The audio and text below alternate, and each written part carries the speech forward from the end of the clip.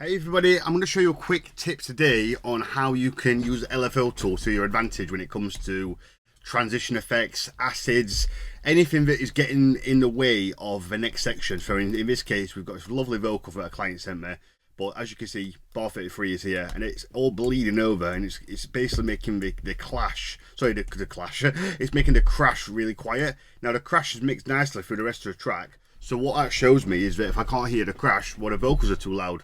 So I can always turn him down, but the first port of call, which I'll do before turning him down, is a neat little trick. It's a very simple little trick, okay?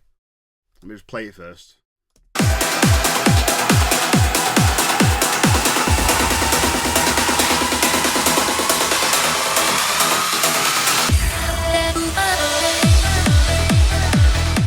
We can hear a click of a kick, so it's not too bad, but I just want to try this, okay? And it should clean things up.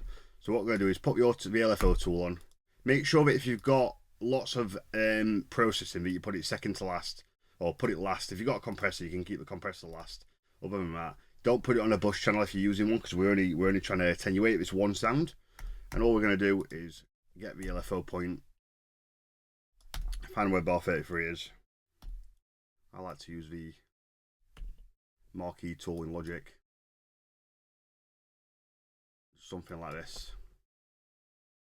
What's going to happen is no LFO tool, and boom, as soon as the drop kicks, it's going to have LFO tool, i.e. ducking on the vocal.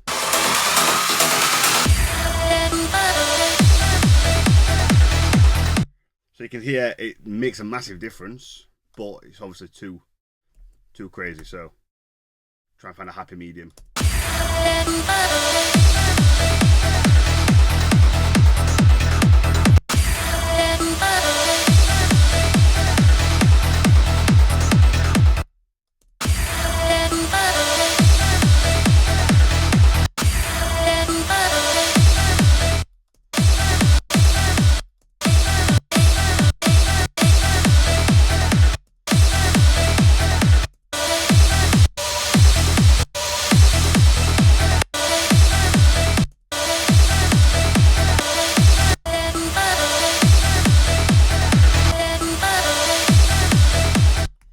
So a little simple trick, but it makes a big difference in terms of allowing the elements on bar 33 to kick through, because the vocal itself, if you have a look, it's going to have lots of high frequencies.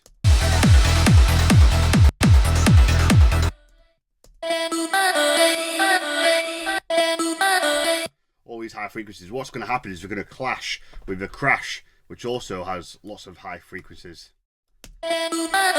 So it's just a little simple trick to clean things up. I use it a lot with acids, atmospheres, vocals, anything that bleeds over to the next section and in turn makes something a little bit quieter, or maybe it makes it a little bit unaudible. And again, just a really simple quick tip on how to use LFO tool for transitions. As always, if you want any information about my lessons or any help with this tutorial, there's no agenda with any help, but if you want to find out more about my lessons, you can email me, tutorials@adamellisdj.com. The email is in the description. You can also send me requests for feedback. You can also send me requests for lessons, these kind of little mini lessons or whatnot. If you've got any suggestions, drop me an email. But yeah, thank you so much. See you soon.